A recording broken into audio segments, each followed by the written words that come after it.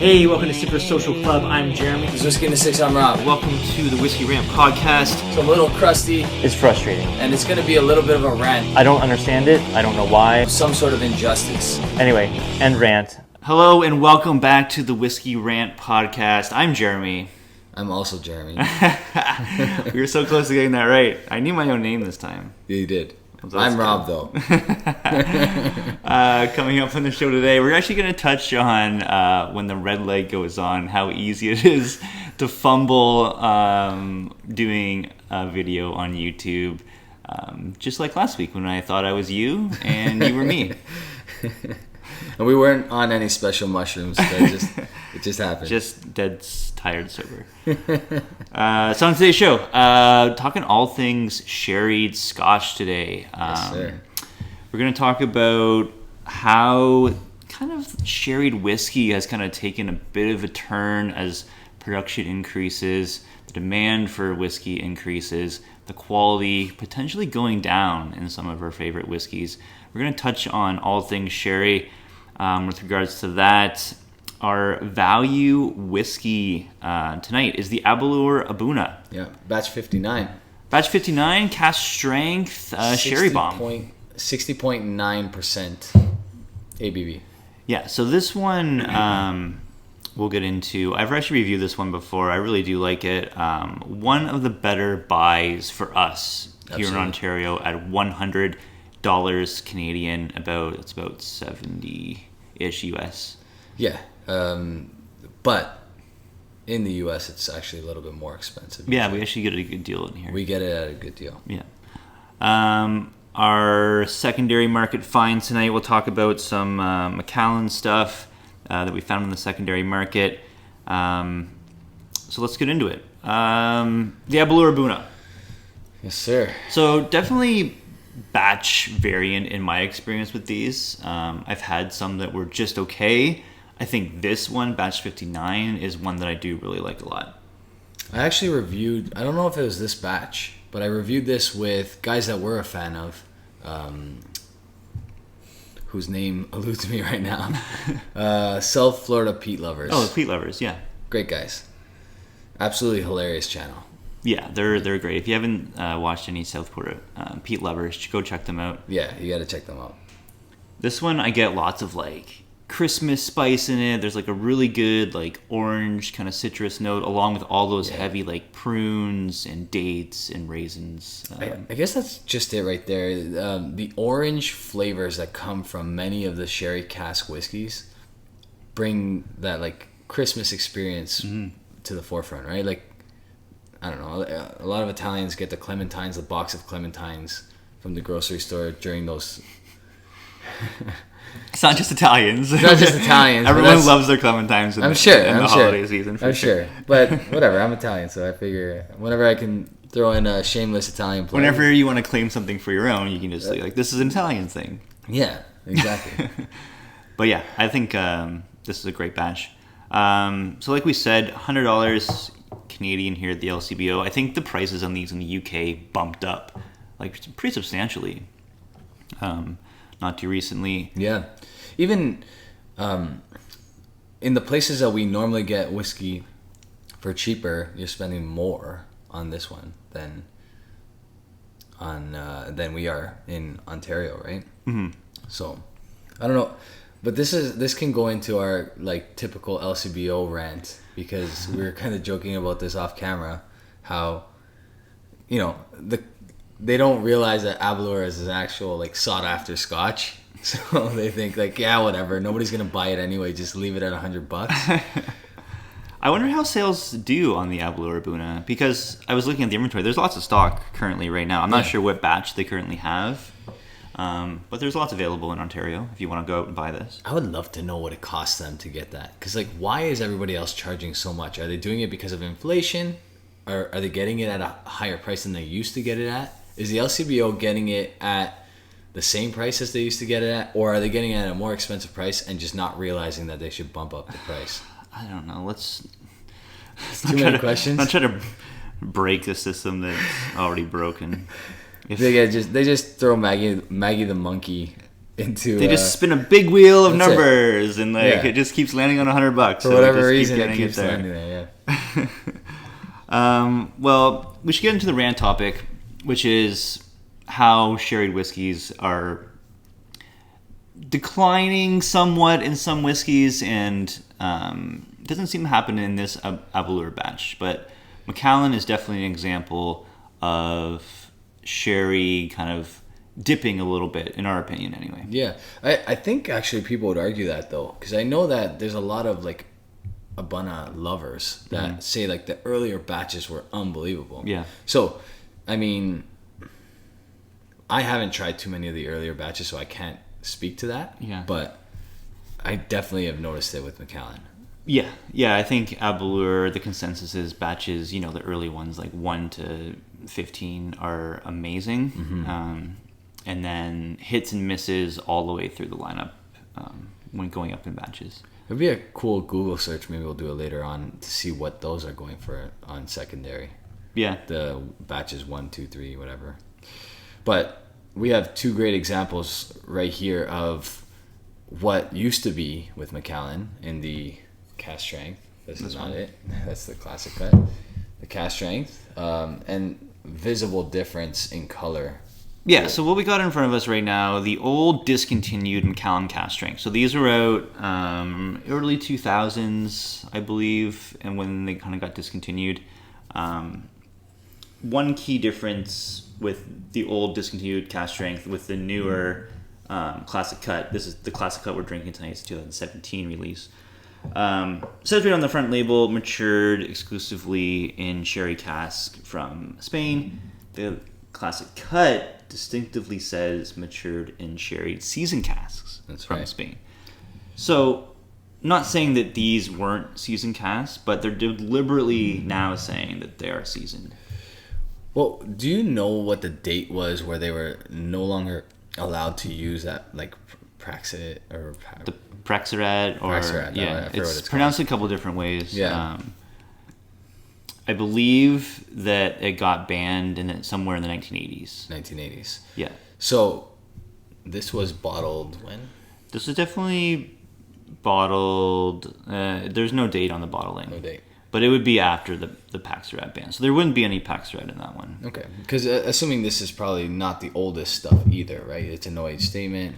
Yeah. So Macallan Cask Strength, they had a couple different releases. The really old pure red label, they had a 10-year-old, which was out for a while. Yeah. And then they dropped the age statement of that, and these were like the more recent ones before it was discontinued. Right. But yeah, that Praxerat would be like, I think Macallan's, some of those like old 18-year-olds that are like 83 distillates, 82 distillates, 80 distillates, could definitely have like some of that Praxerat sherry in it. Yeah. Well, we looked it up, and the biggest difference between Macallans of old and Macallans of new is that they used to use those transport casks from big Soleras. So for those of you that don't know, a Solera of any sort, mainly used with sherry wine, which is a fortified wine, is a system where they pour in distillate from many, many years, right? Or, well, in this case, it wouldn't be distillate, it would be wine, right? So they're pouring in, there's wine that could be up to 100 years old in the Solera cask, and there could be as young as, let's say, 2-3 years old.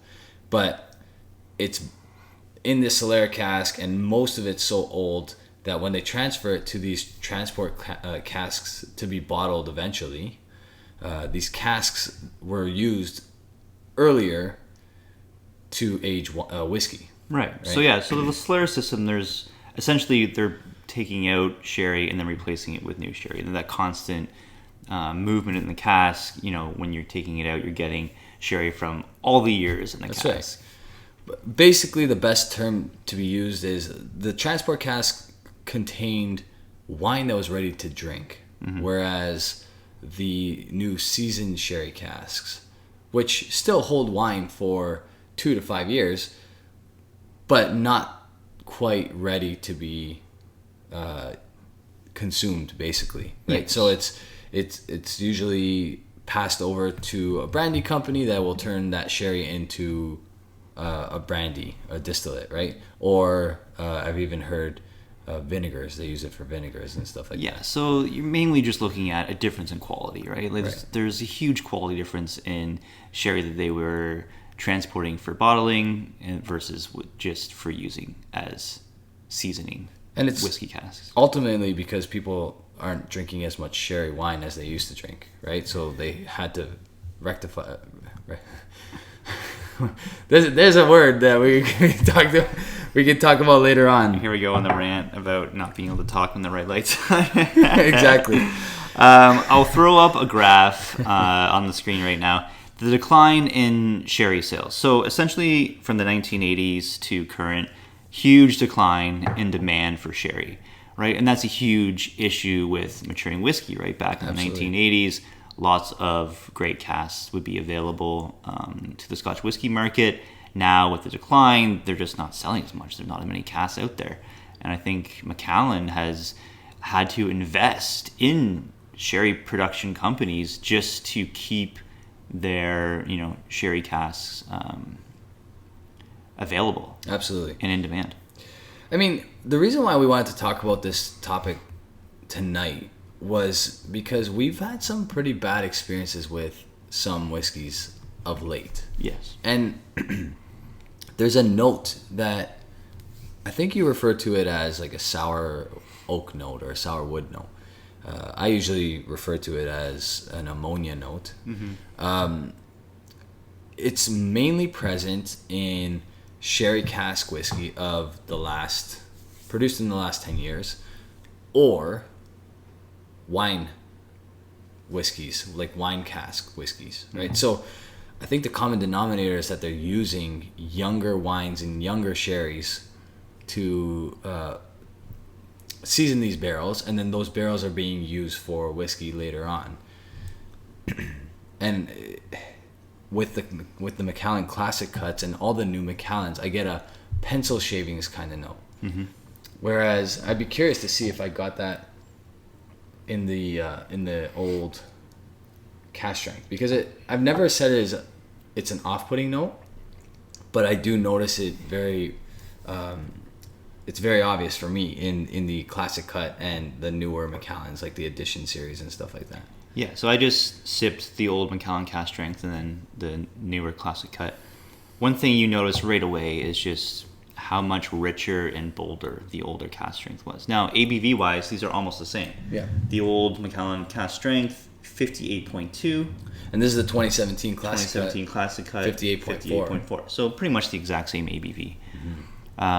I mean, there's a huge color difference. You can notice the color right away. Macallan does not color their whiskeys, so looking at it is relevant. Definitely darker with the old Cask Strength. Now, that could be an age thing. I mean, I don't think that these would be too far off in age. Perhaps they are. Macallan used to have a 10-year-old Cask Strength. That got discontinued, so you'd have to easily assume that it's younger than 10 years old. I don't think Macallan bottles stuff that's younger than 6, I heard somewhere. Yeah, I heard 7.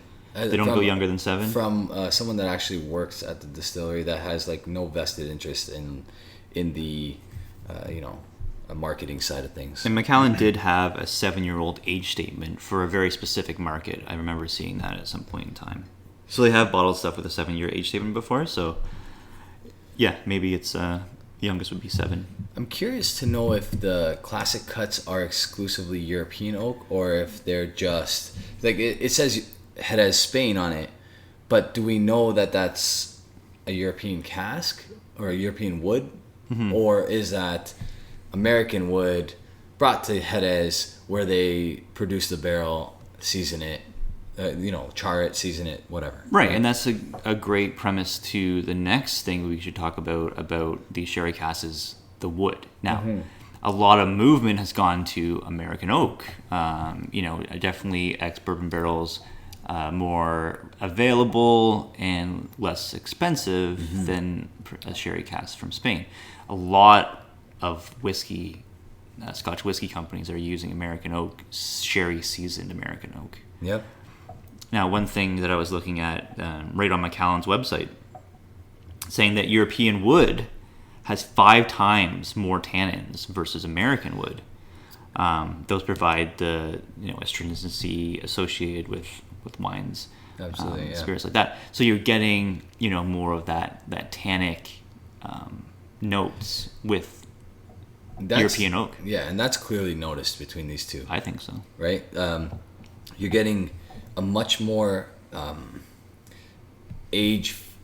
feeling whiskey out of the older feeling whiskey out of the Cask Strength, and it might not be. They might be actually the same age, right? But this one just tastes older, and and that's definitely because the wine used inside the casks then was older than the wine used inside the Classic Cut casks. I am noticing now that I've revisited the Classic Cut 2017, I do think that 2019 is the best so far, in my opinion, of the Classic Cuts. But I'm noticing a little bit of a sour oak note, as you would refer to it, in the Classic Cut, a little bit. One thing that I want to mention about Macallan specifically is the importers of these whiskeys. Now, if you take a look at the back of the newer Classic Cut, imported by Edgerton Americas, New York City. That change happened in 2014. It used to be this company here, Remy Amerique, or however you pronounce that. So one thing that I saw Liquor Hound talk about, if you haven't subscribed to Liquor Hound, great channel on YouTube, check him out. He did a Sherried Whiskey 101 video, and he mentioned how the change in importers, Edgerton Americas, definitely a noticeable difference in the color of the Macallan 12 and the Macallan 18 at that time. So right. 2014, you're looking at those Macallan 18s that were 95 distillate and earlier, and you can tell there's a huge secondary market drop-off from 1996, 1997, distillate 18-year-old to a 1995, 1994, 1993. Yeah, that makes sense. Amerique, I think that's Amerique? French. Yeah, Remy Amerique. Yeah. Yeah, so it's probably the cognac company Remy, right? Okay. That There you used to. Interesting how there's such a drastic color difference once Edrington took over. Yeah, I'm not sure if this is going to show up on camera here, but I'm pretty sure I did a video comparing these two, and I'll throw it up here or link to it as well. You can tell. Definitely much darker, the old discontinued Cask Strength. So you hear now, part of what got me into Scotch was a really nice sherried whiskey. Yeah, I think we were in agreement for a long time about that, right? Early on, we both really liked Macallan. I think that's why we're using them tonight, because we're both pretty big fans of Macallan, and we have been for many years. What has been your most disappointing? I think we might have the same one, but most disappointing sherry cask whiskey that you expected huge things from and just got that off-putting, not so good note out of. Well, I think the Deanston 20 comes to mind. Yeah, Deanston 20 for sure. That's probably my number one. Really disappointed with that. You call it the ammonia, the sour oak note that I get in that. Huge fans of Deanston, but yeah, that 20-year-old just completely lost it for me. I wonder if this is kind of like a Matrix thing, where which I always forget which color the pill was. Is it you take the blue pill, you go back to sleep, and you never remember that this happened? You take the red pill, and you see how far the rabbit hole goes. I think so. I feel like the red pill is finding that ammonia note in sherry cask whiskey, and then once you find that note, you cannot unrecognize that note. I find it in the new Four Square Empery. It's a sherry seasoned or sherry finished rum. I find it in that. I find it in the new Cavalon French wine cask. I find it in a bunch of things. So yeah, I mean, a lot of people pick up that sulfur note too. A lot of sherried whiskeys, sometimes the sulfur note can be pleasant if it's not too dialed up, And a lot of people are a lot more receptible to that even too, right? Like for me, sulfur notes, in my experience of what I've had, don't necessarily ruin a whiskey for me. Right. A lot of people, they would. A lot of people, get a really sulfured sherry cask and just can't stand it. Yeah, so I actually don't mind sulfur. I feel like there's a distinct difference. Like the ammonia note that I'm referring to, it literally, like, think ammonia, like what contains ammonia. Like it's almost like you walk into a public bathroom, that kind of smell. Like that's kind of right. Cleaning solution. Yeah, it's just like bleach, Jabax, like hospital smell. Yeah, like just gross. And like I get that in some things that I'm tasting. The one that really hits home for me was I did a review with Swami a long time ago, the Glen Farkless 15, and I took a sip and I'm like, honestly, thank God I cracked this bottle, because otherwise I would have literally thought somebody pissed in that bottle, because that's how, like, it literally has that kind of note, and it's gross. It is gross. Yeah. So I mean, what can we really say about declining sherry cask? There's nothing we can really do about it. No. I mean, demand is up, so quality is going down. These distillers are looking at other ways to get out of sherry cask, and a lot of them are moving to ex-bourbon, which is fine. There's lots of good ex-bourbon casks out there. I mean, I think the wine cask venture is a good one. There's a lot of really good examples of different types of wine casks that work really, really well with whiskey, and Longrow does a great job of this, right? Their whole red series, for the most part, there's like 1 or 2 misses out of 6 or 7. I mean, and they're we call them misses when comparing to the rest of the Longrow reds, but they're not bad by any means. Cab Franc seems to work really, really well with whiskey. There's a few that I've really enjoyed. There's a whole bunch that Bruichladdich doing, all those experimental series whiskeys. Yeah, and I believe there's been a law passed now that you can use like tequila casks, you can use brandy casks, you can use like peach brandy, like different types of brandy. Which we've seen like the rum casks kind of like influence that have come out in like the last couple of years. A lot more rum casks being involved with Scotch as well. Yeah, I think it's important to explore those venues, because otherwise you can invest a lot of money and spend a lot of time with this whiskey in cask, and it turns out terrible because just the cask used originally was going to throw it off from the beginning. Yeah. I mean, I like this Macallan Classic Cut. I think it's pretty good whiskey. Absolutely. But you go back to try it like what it used to be with these old cask strings, and you're just like, well, it's not the same at all. All right, so I think the best advice I could give someone approaching just getting into the whiskey journey, all right? We all started somewhere. I started with Canadian whiskey. Do you remember what you started with? Bourbon. If you're going to start with Scotch and you're going to dip into the sherry whiskey Scotch, sherry aged, sherry matured, then unless you have a ton of money to buy like secondary market old school stuff, just don't even taste that stuff.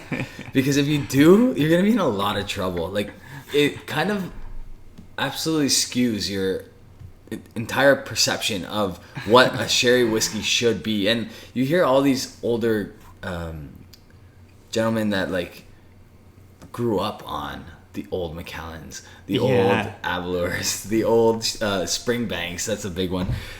These guys are just like, you guys are drinking trash. Yeah, and you're paying a shit ton of money for it too. Right? And then they're the ones that get so bent out of shape about the prices of whiskey, because they were drinking whiskey at its finest with materials and like resources that were at its like their pinnacle. Yeah, you know, and they're just, whiskey's not the same anymore. It's not. Maybe like there's a lot that can be said about the evolution of like the process and stuff like that. Maybe that's changed, and maybe it is getting better, and maybe they're better at finding the proper cuts and so on and so forth. But you can't change the fact that you're not getting the same type of like 1,000-year-old oaks, and you can't change the fact that you're getting really, really old sherry wine that ages your oak barrels, you know?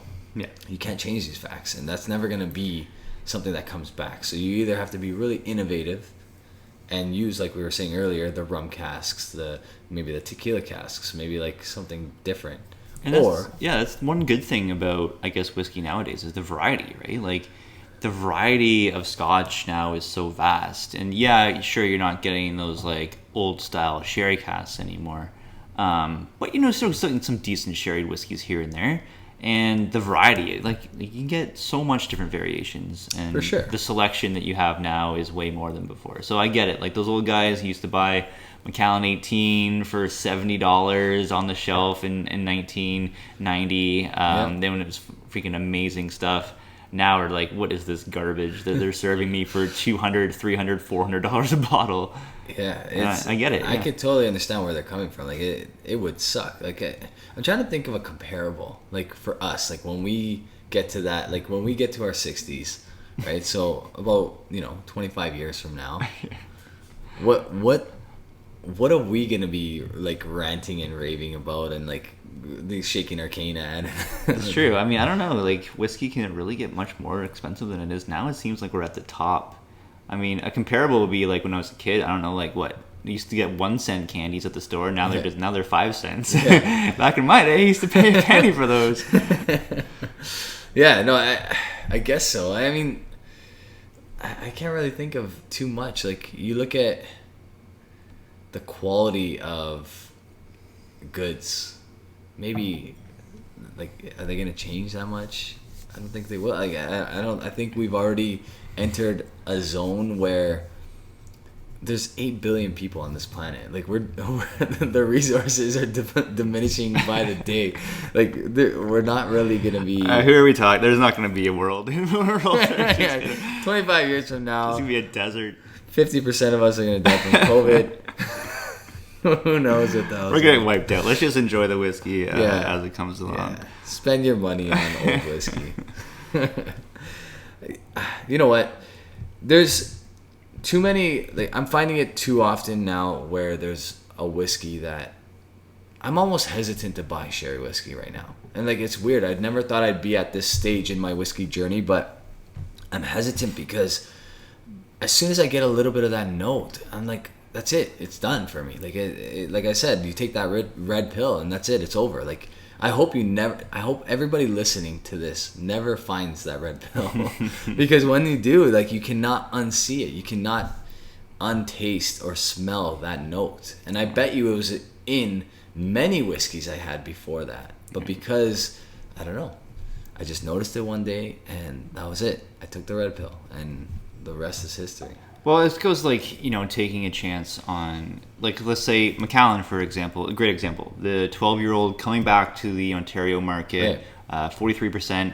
Now the price is $150. $150. I mean, this was a whiskey I could buy in the States and bought it all the time for $60 US. Yeah. Now it's about $70 US, which is conversion. You're looking at $100 Canadian. It's $150 in our area now. $150 here. Do you really want to buy that whiskey knowing that Macallan has most likely added a larger proportion of second fill casks because the color has been gotten lighter and lighter and lighter? Yeah, and what I'm trying to figure out as well is like even in the places where we spend less money on whiskey, it's still pretty expensive. Like in Alberta, this is still going for close to $150. Yeah. So it's not like this is not just an LCBO problem. This is maybe a Macallan problem. I mean, I remember just like not even like a year and a half ago when I did my top 5 scotches for beginners, recommending Macallan 12 sherry cask to all the U.S. Audience because like you can find it for $60, $65.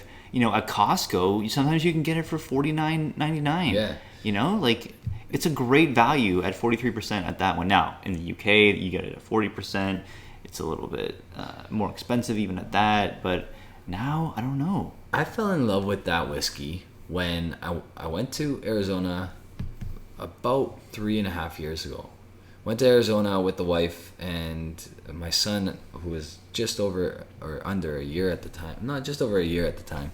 And I bought probably about 6 minis of the Macallan 12-year-old. because it was such a great deal. It was like, I want to say $3.99 American Right. for those minis. And I was like, you know what? I can spend $3.99 for basically 2 ounces each on these 6, so each one.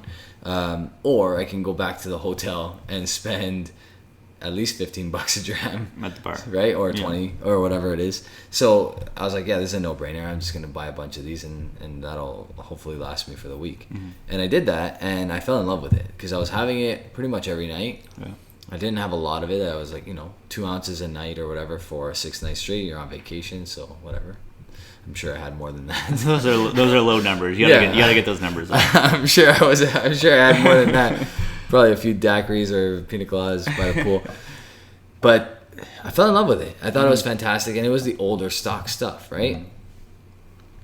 Flash forward to now, and this one's $150. Yeah, it's 43%. And the LCBO charges more for every 1% that it goes up in ABV, which is absolutely absurd. This is probably like a semi LCBO rant / like what, number 2 already? Third week in a row. The Yeah. LCBO rant. Yeah, sure. So LCBO just charges astronomical prices. The higher the ABV, the more they charge usually, except for There's the exceptions the like weird the exception. A'bunadh, which is 60% ABV and very inexpensive. So, Yeah. like again, just the big wheel of numbers, Right, just spin yeah. around. Maggie What the do you monkey. get on? Maybe the monkey trying to figure out. But okay, so my point in all this is you have, and this is not just a trash Macallan, because there's a lot of this happening throughout the brands and whatever, but it's so noticeably obvious with Macallan because right now you have on the same shelf, literally side by side, Macallan double cask 12-year-old at $99.99. Macallan triple cask 12-year-old $99.99, and then Macallan single or sherry oak, so it's single cask for Not a single cask. no, it's not a single Single cask. cask, It's it's just European Sure. oak sherry, as opposed to the double cask, which is European and American sherry, and the triple cask, which is bourbon, then American and European sherry. Seasoned right? sherry, yeah. Yeah, seasoned. So all 3 of them are seasoned sherry. Right. Which maybe if Macallan came out and said, "Hey, our new Macallan sherry cask, sherry oak 12-year-old is exclusively aged in, the Solera style." Yeah, sure. Then, hey, I'm paying that extra $50. That makes sense to me. But why am I paying $50 more for the same age, same brand? I know. It's like, Macallan is just like, it seems like they've just added more money to their brand name. And like, I feel bad for reps in Ontario. I do too. Because it's so hard to sell your product. Like, we got a nice sherry whiskey here. It's 43%. Oh yeah, how much? $150. $150. It's like, ugh. It's so hard because like there's so much whiskey out there for Right. $150 range. That's, you can get a whiskey that's 21 years old, no problem for that much money. So I think what we need to do here on a Whiskey Rant live, or whatever, not live, but you know what I mean, on a Whiskey Rant, is you line up 4 or 5 12-year-old sherry whiskeys that you can find at the LCBO, and I'll do the same.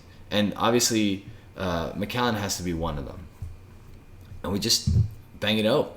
We bang it out and see what wins, because if the Macallan comes up on top, and it beats out the other 4 that are less in price, then rightfully so, maybe it should be that price. But my suspicion is it's not going to come up on top. No. You know what I mean? I think if we did a head to head, I haven't tasted Glendronach 12 in probably about a year, maybe a little bit less, but I have a funny feeling that might win. Or maybe even the Highland Park 12-year-old. Right. Maybe we make the rule that there's no peated 12-year-olds allowed, right? Sure. I guess just to make it fair.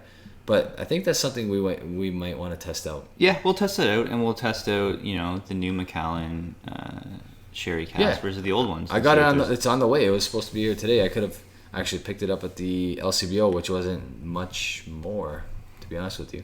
We'll do that. All right, so moving on to our secondary market finds, I found an independent bottling of Macallan, 100% ex-bourbon cask. This one is 19 years old. It's bottled by a bottling company called First Editions. Only 271 bottles, cask strength, 52.8% ABV. The person was asking $600 for it. Not sure if it's sold or not.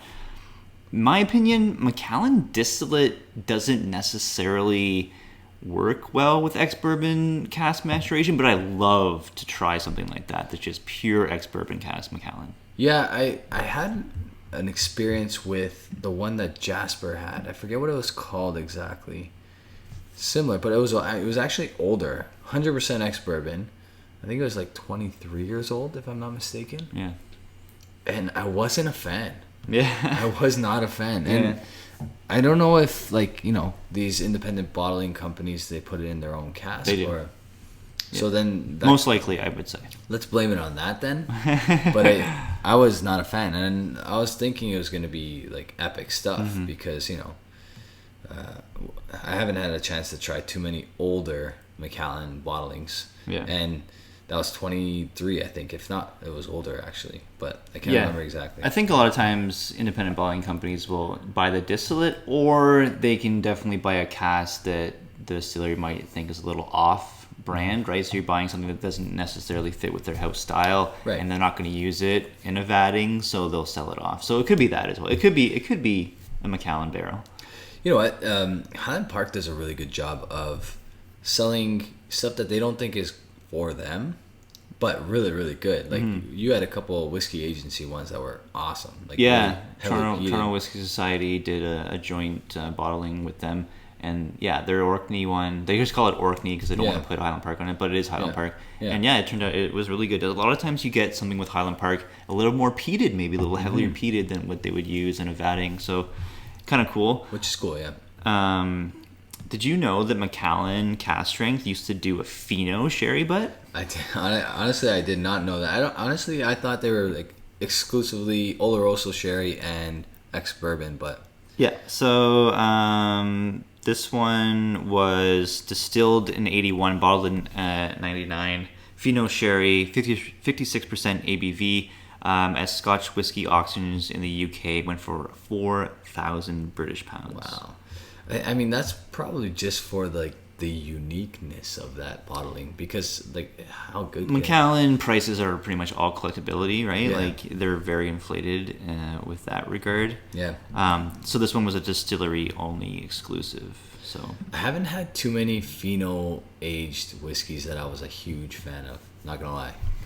Yeah, there was a really good one bottled by Maltman. It was I forget this story. Anyway, good Fino. You know who makes a good Fino cask is Macallan. Their Fino is good. I think I've maybe tried a sample of the Fino, but I think that's one of the few that have eluded me over the years is the Fino. Never reviewed it.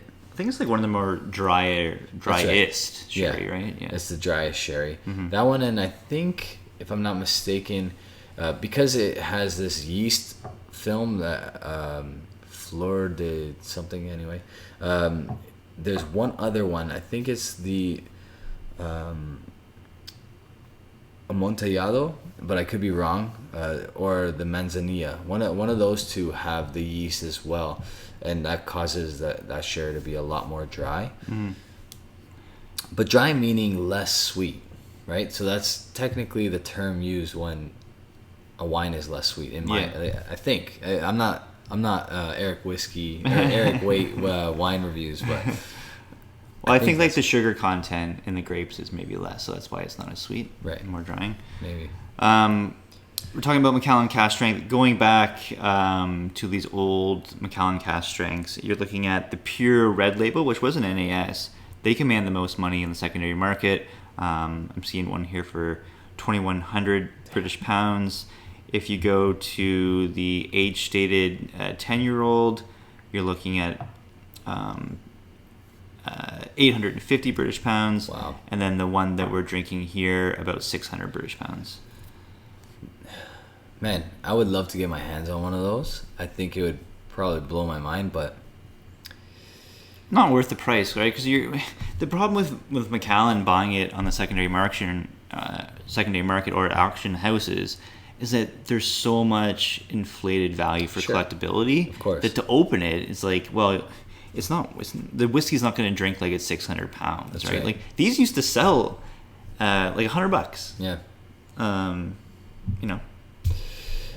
You know what? I think when you're talking sherry casks, I think your best bet is to stick with the brands that know a thing or two about sherry casks. And like even if you're going independent, try to stick with like a Gordon MacPhail or something like that, because I found even in independent bottlings that note, the dreaded note of that can only be associated with, you know, maybe a bad sherry cask or whatever. But that dreaded note is in a lot of independent bottlings that I've noticed as of recent.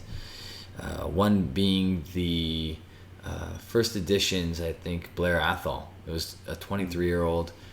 Great price. You open that bottle and you understand why. Because it's got that ammonia punch in the face. And not in a good way, right? So, I don't know. But anyway, I digress. Let's get back to the secondary market finds. You have a cool image over here of old Macallan 12-year-old. Yeah. So, you want to talk a little bit about this one, or? Yeah, so these Macallans bottled late 90s, early 2000s, definitely command a large money on the secondary market, 600 pounds for these ones. So these they look drastically different than the newer ones, right? Like they have like that fancy like handwriting, The more like scriptic. yeah. A picture of the famous Macallan Estate. Easter Isles or Yeah. Elchies or however that's pronounced. We're getting a comment for that. Oh, 100%. That'll fit into the next category for sure. Yeah. What we talk about. But so funny story with this exact bottle. Can we show this? What it looks like? Yeah. A friend of mine works at the LCBO, and somebody returned this Macallan 12-year-old. Oh, wow. So he returned it to the LCBO, and the LCBO takes back everything. As long as it's sealed and never been tampered with, you can return it. So this guy returns it and maybe paid $50 in the late 80s, early 90s for this bottle. So returns it. My buddy finds it, grabs it, brings it to the front and says, I want to buy it. And they're like, well, we don't really have a SKU for this. And he's like, well, you took it back. So he found it on the back, like on the shelf, because someone had taken this return. And basically, long story short, someone that returned it created a stink, got his money, got $100, whatever the double cask was going for at the time.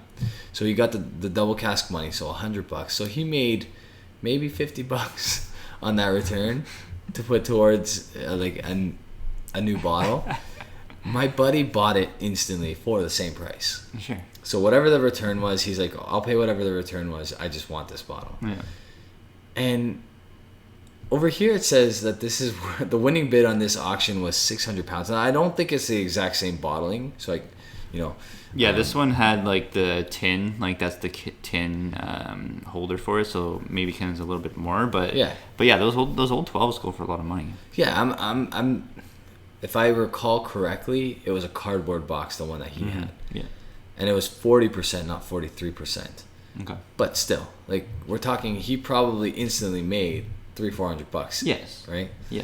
So I thought that was pretty funny. Another knock on the LCBO right That's there. insane that one, someone would return that bottle, and two, that the LCBO would take it back without being able to scan it, because that's one of the prerequisites for the LCBO. Is great because they'll take back anything. Yeah. For exchange, not That's necessarily like refund, but for exchange, Yep. as long as it's in resellable condition That's right. and it's still in their inventory, so they can scan it and it will pop up. Anyway, that's crazy. I think we should have some sort of like bell or like, you know, a chime every time we say something bad about the LCBO. a rolling counter. Yeah, rolling counter / like douchebag jar. Like money in the douche. In like we're assholes. Okay. Well, we have complimented them, so we could take $1 out. We could take $1 back. Okay, yeah. When we compliment them, we could take $1 back. But something like that, like one or the other, or both. I think that would be great. Going back to this classic cut real quick, I am getting a little bit of that note. It's very like mild. It's almost, if you're new to whiskey, you probably wouldn't even compute that it's there, but it's there. I find it like it is there. So maybe the answer to the mystery is just seasoned casks. Maybe it's a seasoned cask phenomenon where like sometimes the wine used in these seasoned casks is so young that maybe it kind of like, you know, it's not done fermenting or whatever, and just leaves a sour taste in that cask. Then without, you know, really tasting the wine that was in there first, they throw it over to the, you know, the whiskey company that purchased it. Whiskey company pours their whiskey inside and ages it for X amount of years, and there you go. You got a bad whiskey, right? Definitely quality of the sherry, quality of the wood. I mean, that all probably plays a factor in that. I think that the Aberlour A'bunadh is actually a good comparison to this classic cut. Yeah, I think they actually have a lot of similar notes. They do. Like that orange note almost carries over to both of them. And they're from pretty close parts of Highland Speyside, no? They're both Speysiders. I'm not sure exactly where the distillery is located. They both say Highland on the bottle, and we know that Speyside is like nestled within the Highland region, and it's considered its own region. Macallan always like tries to say that they're a Speyside, right? But they fall outside of the area. But they both say Highland, so let's just say that they're Highland, and they are very similar in taste. These two, anyway. Yeah. So I wonder, it would have been a cool comparison if we had an old version of the A'bunadh to do against the Cask Strength. That would be good, yeah. That would have been cool. But A'bunadh price $100 at the LCBO. Macallan Cask Strength, what, 160 now. It was 150 for a long time. Now it's 160. Yeah, I think for the price, I would still go with the A'bunadh with this batch specifically. This specific batch compared to this specific classic cut, because I really, really do like the 2019 classic cut a lot. So I mean that might be the exception, but so last topic of the night is the philosophical breakdown of YouTubers breaking down on camera. Great example of this podcast when I didn't know my name. When Jeremy thought he was Rob. I thought I was you were me. Yeah, so when the red light goes on, your brain just melts and you can't say or talk about anything correctly. It's honestly, it's a real phenomenon. Like it's something that I really struggled with early on. I'm a teacher by trade. I talk for a living. Like that's what I do. Yeah. As soon as that camera goes on, something changes. I know, right? Something changes. Like early on, if you watch my first year of videos, I apologize, because they're honestly, not that I'm saying that these new ones are much better, but my old ones were a train wreck, and especially like the first like 20. I mean, I knew things about whiskey, but when you heard me talk, it didn't seem like it. There was things that I would say, and I can't like recall exact moments, but there was things that I would say that were like, I would, as soon as I was watching the video, and like I didn't know how to edit or do anything back then, which is pathetic on my part, but whatever, is what it is. I was going for the Ralphie approach early on, just nowhere near as articulate as Ralphie is, so it wasn't a very good structure. One take, no edit, just bang it out. Yeah, which was a horrible choice for me, because I don't have the Ralphie chops when it comes to like just speaking for 20 minutes straight without using one filler word. Like, that guy's just unreal. He is really good at presenting. He's such a good presenter. Yeah. But me learning the hard way I was not a good presenter at first, especially, and I used to make mistakes constantly. Things that like I would say I'm looking at a bottle, and I'd be like, this is the Macallan 17-year-old, and it says classic cut right on the bottom. I'm looking at it. Just like stupid things like that. Like, Well- I literally had to delete a video, an entire video. My first ever review, I deleted because it was no word of a lie, a train wreck. Like, you cover your eyes, don't watch the gore because that's how bad it was. Well, we've all said like incorrect information, and it's with whiskey. It's like there's lots of information about it, like any bottle, right? And Yeah. when you're trying to spew it out on camera, sometimes it just gets completely skewed. I mean, I have a great example of my, I think it was 2018 or 2019 whiskey of the year, when I said the Deanston red wine Bordeaux cask was a great sherry bomb. Guess what? There's no sherry whiskey in that bottle. It's a Bordeaux cask. And I kept going on about how it was like a sherry bomb and like it's great sherried whiskey. Yeah, it's red wine. I remember driving in my car listening to that video. I'm like, no. And like I don't just say it once. I like double down and like keep saying it over and over and over again. It's funny how that happens. You get very confident in that mistake. I didn't get beat up too bad in the comment section, and that's another thing that happens a lot too. Is someone will just be like, "You idiot! It doesn't have anything to do with that." Blah blah blah blah. I've been pretty fortunate. People watching my channel for the most part. Very respectable. Yeah. The videos that get more views, like the ones that reach more audience, like the Johnny Walkers or whatever, the comments can get a little hasty. Although I don't think I made any mistakes in that video, so I come back at people just as hard. Like if Yeah. I said something correct and you're saying it was wrong, and I'll just destroy you. Oh, I love the comments I get like 4 years after the fact, like on some of the videos. They're like, "No, that's not true at all. Like, it's this," or I don't know what it. Like I get it a lot actually on my like underrated, underpriced videos and stuff like that. Mm-hmm. And they're comparing like the prices now to what I was saying back then when like things were like 20% cheaper. Yeah.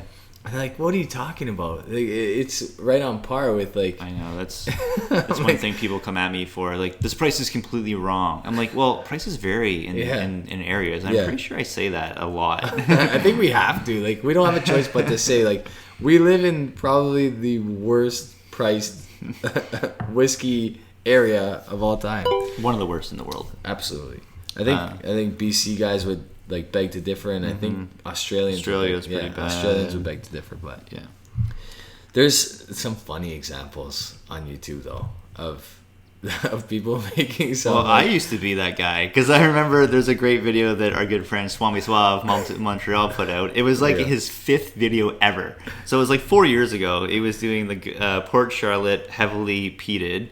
And he says right in the video, this one's bottled at 50% ABV, so cask strength. And I'm like, 50% ABV does not equal cask strength. But then he doubled down on the comment saying... He went hard. He's just like, oh, it says it on the tin. I'm like, I don't think so. No, it doesn't.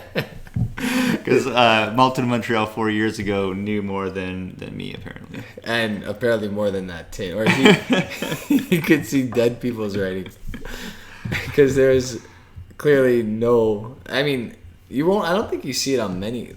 Pretty much Bruichladdich bottles almost all their like standard release at 50%, right? Yeah. So that's bringing it down, but anywhere between 10 and 5 and 10%, and that's rarely like I mean to get a 50% cask strength, you're looking at something that's probably a little bit older, right? Yeah. So Love Bruichladdich for that. Yeah. No, that's a great ABV. I actually believe that most whiskeys should be bottled at that ABV, but not cask strength. Yeah, Love you, Swami, but no, not cask strength. But. How about the time Mark from Whiskey Whistle was reviewing the Kilkerran 12-year-old? Oh God, and he just freaking straight knocked it over and smashed it. Just butterfingers like through his hands in like slow motion. No. Cue video right here. That was a funny video, man. Yeah, see, like another, like it's not just the words that are flustered. Sometimes your movements. It's your right? whole demeanor, man. Like how many times have we just like smashed a glass by accident? I think I broke a glass on camera, didn't I? Yeah, you did. I was like, we were like a few whiskeys in that night, but I broke a glass on camera. Yeah, you get flustered, man. I mean, I guess everyone does it. Like, it doesn't necessarily mean whiskey videos, but there's other examples too. Like even the big channels, like Whiskey Vault. they did their Woodford Reserve Double Oak, and they were talking about the bottle design, how it's changed to the more stubby bottles, and they were saying like, oh, it's only this specific release. This is stubby bottles, and someone's like, no, it's been like that for 3 years, and it's just like, this channel is sinking. The keyboard warriors come out in full force. It's so funny, man. I mean, I've gotten into my battles with some keyboard warriors over the years, but it's you gotta laugh sometimes. I know, right? Sometimes the shit that they say is. It's like, okay, bud, okay, the bottle's not the same. It's not just for this release; it's for all of them. Big deal. Yeah, I mean, I think for the Whiskey Tribe or Whiskey Vault in particular, they're not walking into many liquor stores these days. They don't have to. I don't think. I'm pretty sure every single review they do is like a bottle given to them, right? Yeah, they always cue those graphics. Yeah, some magnificent bastard sends they a always bottle. get their name out. Yeah. Yeah. So, I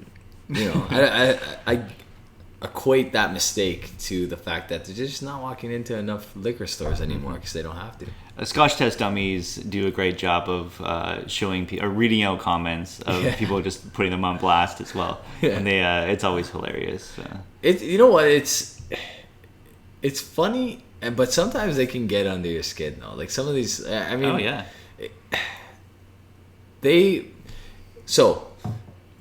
there's been times where I was like, I cannot believe this guy's coming at me with this. Like, and we've both been like guilty of like just engaging these guys. And oh my god! I'll screen cap stuff and throw it up on Instagram. On Instagram, like, look at this idiot. Look at this story. Like, throw it up on the story, and have people chuckle along with you because I mean, if nothing, there's nothing else we can do with keyboard warriors, right? Mm-hmm. But they do keep you in check, man. Like you want to like refine your shit so that you're not the guy that just constantly. You know what I keep saying a lot more is, in my opinion, because like I don't want to like just paint a broad stroke. How quickly did you learn to do that? Yeah, very quickly. Right? Like this is the best whiskey. Really, is it the best whiskey? Because there's like, you know what I mean. You're gonna get challenged on everything, so you have to you go back to your like university days when you're writing an essay, right? Yeah, and you're like, you never want to actually be wrong.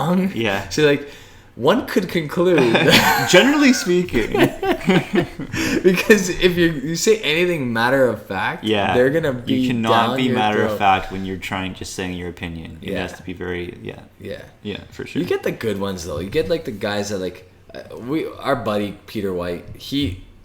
I've released a video that like, you know, I was editing when it was like late at night. I got 2 kids, whatever. Like there's the fact that I'm editing at all nowadays is impressive for me. Yeah. For me. I mean, maybe not for everybody else, but for me it's impressive. So literally one of them, like sometimes I'll film and then halfway through I say something that's ridiculous and I'll be like, I'll just like blow up my cheeks or like do something like stupid. And Peter White messages me, he's like, you might want to edit that video because there's like a brain fart halfway through. Something like that. I go back and I'm like, sure enough, there's like a part that I completely forgot to edit out. And I'm like, thank God for Peter White. Guaranteed, I was editing that video. One of my kids came up to me in that moment and said like something to me that distracted me. I turned my head from the screen for 1 second. There you go. It's there permanently. So thank God I still had the video on my phone so I could still edit it and then throw a new version up. No, like 90% of the stuff I say just hits the cutting room floor because it's just like cut it right out. A lot of times I'll go through and I'll be like, you know, do my tasting notes and I'll just start ranting about something like, what am I talking about? This isn't even relevant or about this whiskey and it's completely wrong. So restart. Yeah, well, I mean, the editing tool has been most useful for me now to just edit out facts that I didn't fact check before or that I just like I knew and I said completely wrong. Like so I'll be like, no, I'm cutting that out. Like it's just so I think you and I do a good job of not stating too many facts in our videos. Like we leave it all up to the whiskey. We tell them what we're drinking. Sometimes I'll even read the ABV wrong. I'll be like, this is 67.4. Like, meanwhile, it's 58.4. I'm like looking right at it, and I'll in the notes be what he meant was because you know, I don't know, something happens with that camera, man. Like Yeah. You're either meant to be in front of a camera, or maybe like it's gonna take some practice. I think another good topic for this podcast will like just be us reading mean comments on YouTube. Yeah, we have to. We do could that. go an hour just for that. That'll be a great like what's happening on YouTube video. Yeah. And I think what we could do too is get like some of our buddies to send in like their like most egregious like Oh my goodness. I think we all have a story, and I think everybody would I've like got so many. yeah. So that would be actually a really cool one. Kind of be like the what is it, Jimmy Kimmel or Jimmy Fallon? Jimmy Kimmel does celebrities reading mean tweets. Yeah, we'll do that with our YouTube comments. Yeah, that'd be fun. Let's get to scoring this bad boy, the Aberlour A'bunadh Batch 59. What are you thinking on this one? So, I added some water just to see if anything changed. I did notice the nose got sweeter. Maybe a touch floral.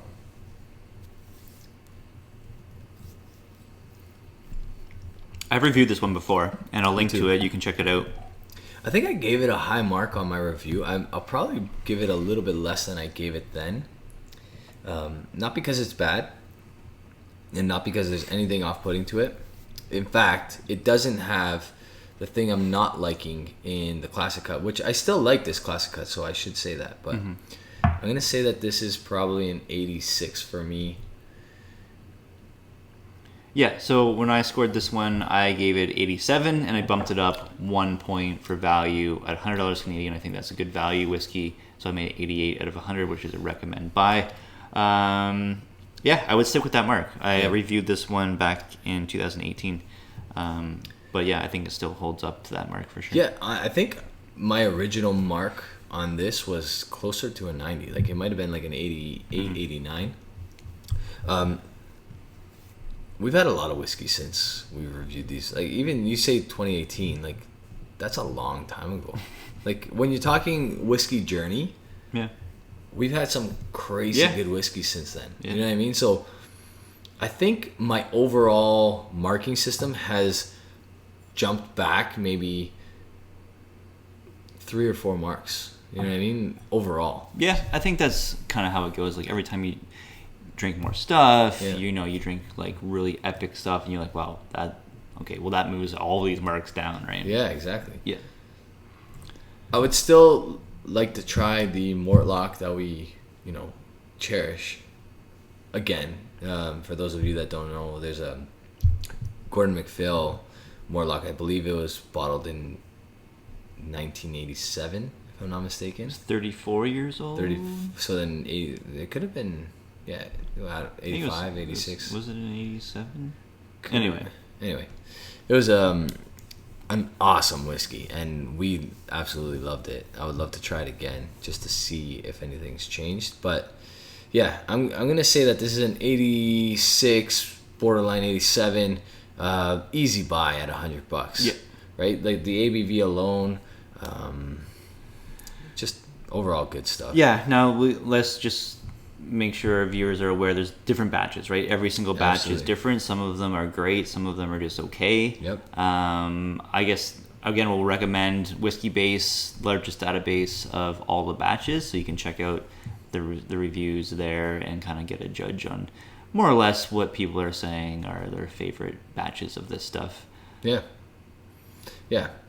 59 is a good one. I think the one I reviewed is 57, if I'm not mistaken. I want to say it's 57. Good thing about having guys like Peter White watching our channel is like that guy's got either a photographic memory or like audiographic memory. I don't know what you want to call that, but he will remember every single thing I've reviewed and the mark I gave it, as well as yours, as well as like a bunch of other people, Right. and all these other stats and information. So he's great to have as a support cast for sure. All right, well, thanks for joining us again on another Whiskey Rant podcast. If you're not subscribed to our YouTube channels, I'm Sipper Social Club. Rob is Whiskey in the Six. So search us out on YouTube, subscribe, watch us on there. Of course, all the streaming services for the podcast, Apple iTunes, Spotify, Google Podcasts, all the major ones, you can catch us there as well. If you like this video, give us a thumbs up. You can review us on those Apple Podcasts as well. That always helps out. And until next time, cheers, guys. Have a good one. Cheers.